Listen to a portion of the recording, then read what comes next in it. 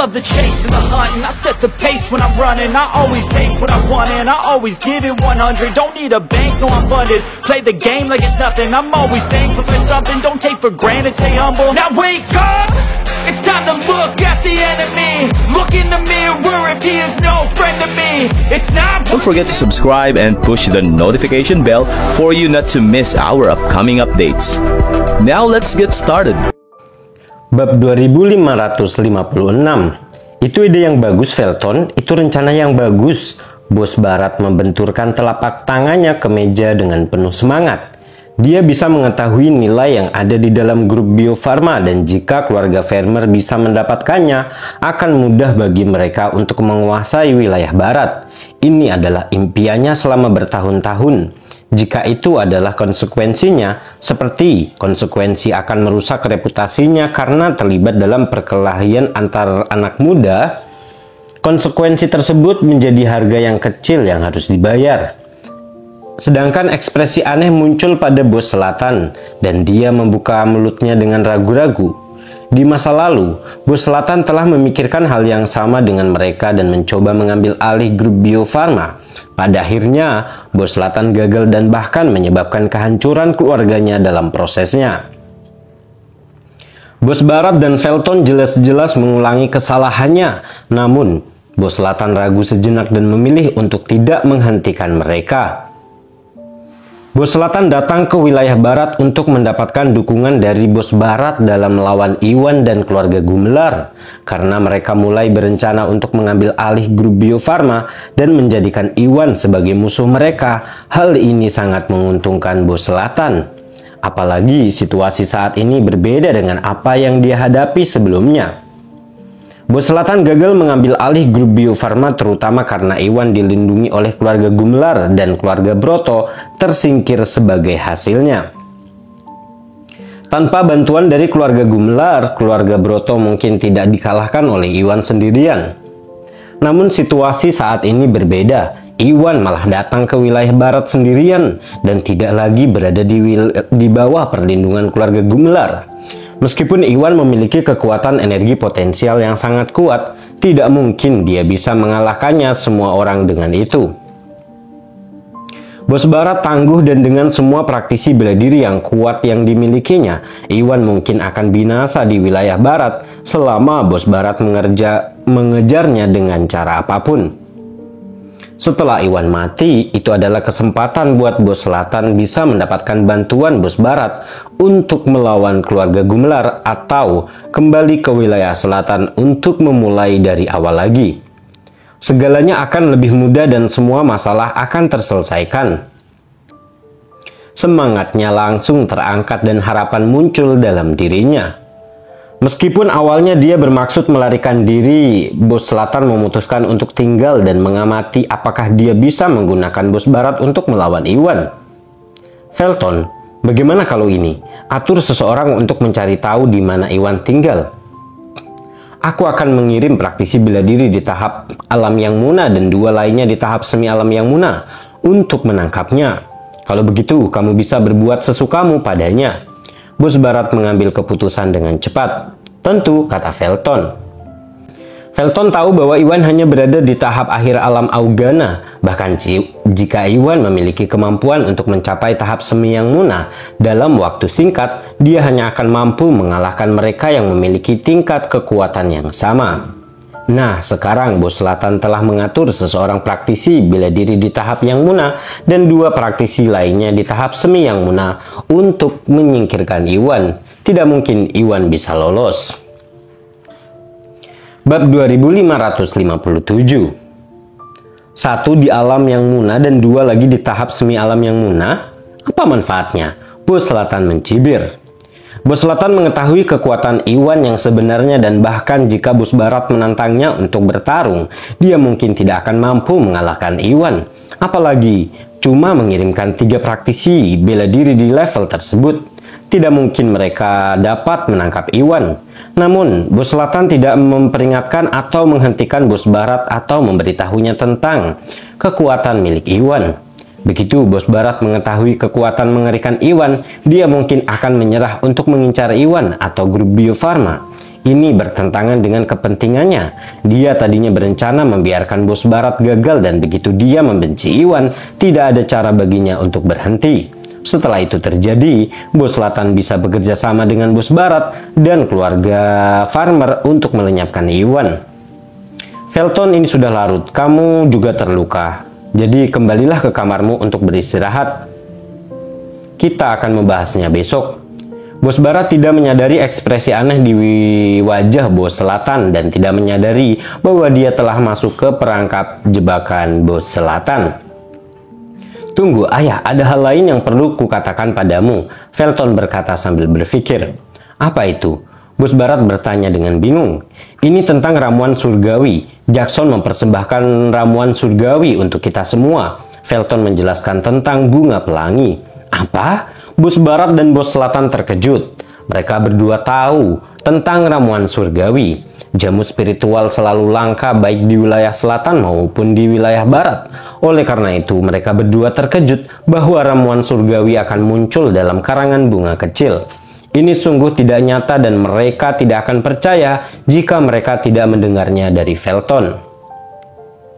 Itu hebat, keluarga Vex benar-benar menemukan bunga pelangi. Kemungkinannya ada di pihakku. Bos barat dan bos selatan sangat gembira dan saling bertukar pandang dengan gembira. Mereka berada di tahap akhir alam yang munah, sehingga ramuan spiritual biasa tidak akan ada gunanya bagi mereka. Namun ramuan spiritual surgawi berbeda.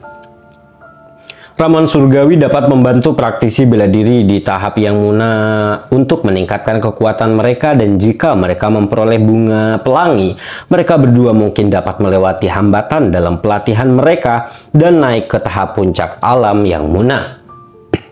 Seketika keduanya bermimpi dan membayangkan mereka dapat mendapatkan bunga pelangi tersebut.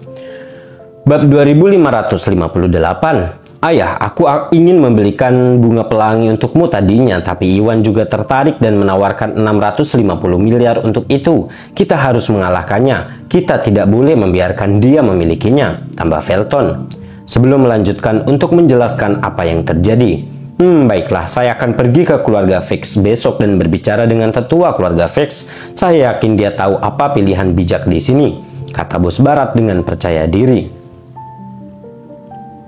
Bunga pelangi dapat meningkatkan kekuatannya dan kemungkinan besar dia bisa mencapai tahap puncak alam yang munah. Oleh karena itu, dia bermaksud untuk mendapatkannya meskipun Iwan jelas memiliki uang dan bersedia membayar bunga pelangi. Dia hanyalah orang luar dan tidak memiliki kekuasaan di wilayah barat. Selama bos barat memberikan tekanan langsung kepada keluarga Vex, mereka pasti akan menjual bunga pelangi kepadanya dan dia sama sekali tidak mempermasalahkannya. Ya, menurutku juga begitu, Felton mengangguk. Kuharap begitu. Melihat ekspresi percaya di wajah mereka, bos selatan menyipitkan matanya dengan tajam. Dia berbagi pemikiran dengan bos barat. Jika bunga pelangi dapat meningkatkan kekuatan praktisi bela diri, dia juga menginginkannya. Begitu dia mendapatkannya, dia bisa dengan mudah naik ke tahap puncak alam yang munah. Menyatakan dan itu akan membuat pembalasan terhadap Iwan dan keluarga Gumelar menjadi lebih mudah. Oleh karena itu, bunga pelangi adalah kuncinya. Sayangnya, bos selatan tidak memiliki kekuatan ataupun pengaruh di wilayah barat. Tidak mungkin bos selatan bisa mendapatkan bunga pelangi sebelum bos barat dan Iwan. Setelah beberapa kali bertempur dengan Iwan, bos selatan tahu bahwa Iwan adalah pria yang licik meskipun usianya masih muda. Karena Iwan juga tertarik pada bunga itu, bos barat pasti akan menghadapi tantangan untuk mendapatkannya sebelum Iwan melakukannya. Tidak apa-apa jika bos barat cukup beruntung mendapatkan bunga itu akan baik-baik saja. Namun, dia tidak pernah membiarkan Iwan mendapatkannya. Jika Iwan mendapatkan bunga pelangi dan menjadi lebih kuat dengannya, hanya akan sulit baginya untuk membalas dendam kepada Iwan. Bukan ini yang ingin bos selatan lihat. Kilatan tajam melintas di matanya dan dia memutuskan bahwa dia akan melakukan segala daya untuk menghentikan Iwan mendapatkan bunga pelangi untuk mencegah situasi menjadi tidak terkendali. "Baiklah Felton, kembalilah ke kamarmu untuk beristirahat." "Bos Selatan, ayo kita istirahat juga," kata Bos Barat dengan tenang. Bos Barat jelas tidak melihat Iwan sebagai ancaman dan dianggap bunga pelangi itu sudah menjadi miliknya. Dengan begitu, Felton, Bos Barat, dan Bos Selatan semuanya kembali ke kamarnya masing-masing untuk beristirahat. Bab 2559. Keesokan paginya di Hotel Bintang 5, Iwan bangun pagi karena bunga pelangi. Menurut waktu yang ditentukan oleh Jackson, dia berkendara keluar hotel dan menuju rumah Jackson, berharap bisa menemui kakeknya. Di luar kediaman, Iwan memarkir mobilnya dan masuk. Bau apa ini? Begitu dia sampai di gerbang, Iwan mencium bau darah. Perasaan tidak menyenangkan muncul di benaknya. Lalu Iwan melesat ke dalam. Ada kekacauan dan bekas perkelahian yang tak terhitung jumlahnya di halaman. Di tengahnya tergeletak beberapa penjaga dalam genangan darah. Darahnya sudah lama mengering dan para penjaga berhenti bernafas. Karena terkejut, Iwan bergumam, "Apa yang terjadi?" Dia bergegas untuk memeriksa apakah ada penjaga yang masih hidup. Sayangnya mereka semua binasa. Sialan, bagaimana ini bisa terjadi? Apakah seseorang menyelinap untuk merampok keluarga Vex demi bunga pelangi tadi malam? Iwan merasa terpukul. Dia baru saja tiba dan tidak tahu apa yang terjadi, tetapi dia tahu betapa langkanya bunga pelangi itu. Saat melihat tubuh para penjaga itu, pikiran pertama yang terlintas di benaknya adalah seseorang datang untuk mengambil bunga pelangi, karena sepertinya itulah satu-satunya penjelasan. "Tunggu, di mana Tuan Vex?" Iwan tersentak dan mulai mencari Jackson. Meskipun dia sudah menduga bahwa ini adalah pembantaian, dia hanya melihat beberapa mayat penjaga dan Jackson tidak berada dimanapun. Lalu Iwan berdoa agar Jackson cukup beruntung untuk bertahan hidup. Namun kenyataannya sungguh kejam. Di tengah pikirannya, ia segera melihat seorang pemuda berpakaian putih tergeletak di genangan darah tak jauh dari situ. Itu tidak lain adalah Jackson.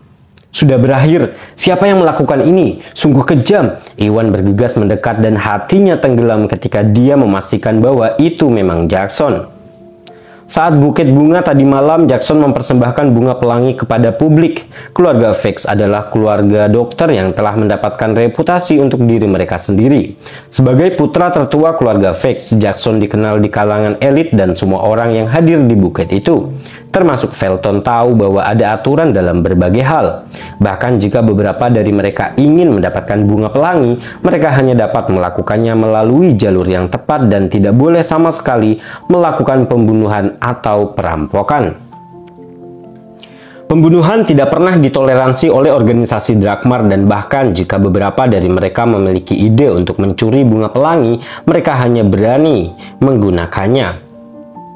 Mereka hanya menggunakan trik untuk memaksa Jackson masuk menyerahkan bunga itu karena takut pada organisasi Drakmar. Tidak mungkin mereka berani membunuh begitu banyak orang. Oleh karena itu, Iwan tidak tahu pasti siapa yang merenggut nyawa Tuan Jackson dan para penjaga itu. Bab 2560. Iwan merasa sangat marah, betapa kejamnya. Ini adalah hukum rimba, tapi pembantaian dan perampokan tidak bisa dimaafkan.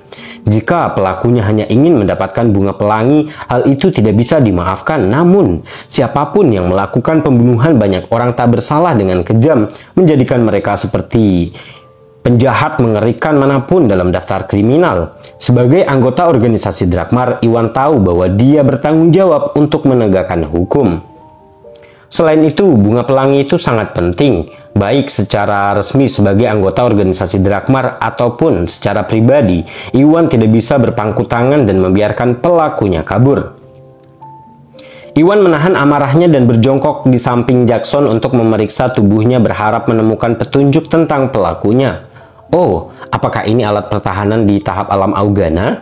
Iwan mengangkat pakaian Jackson untuk memeriksa lukanya ketika dia melihat baju besi hitam. Armor ini anehnya fleksibel dan lembut dengan gelombang samar yang memancarkan energi sebenarnya di dalamnya.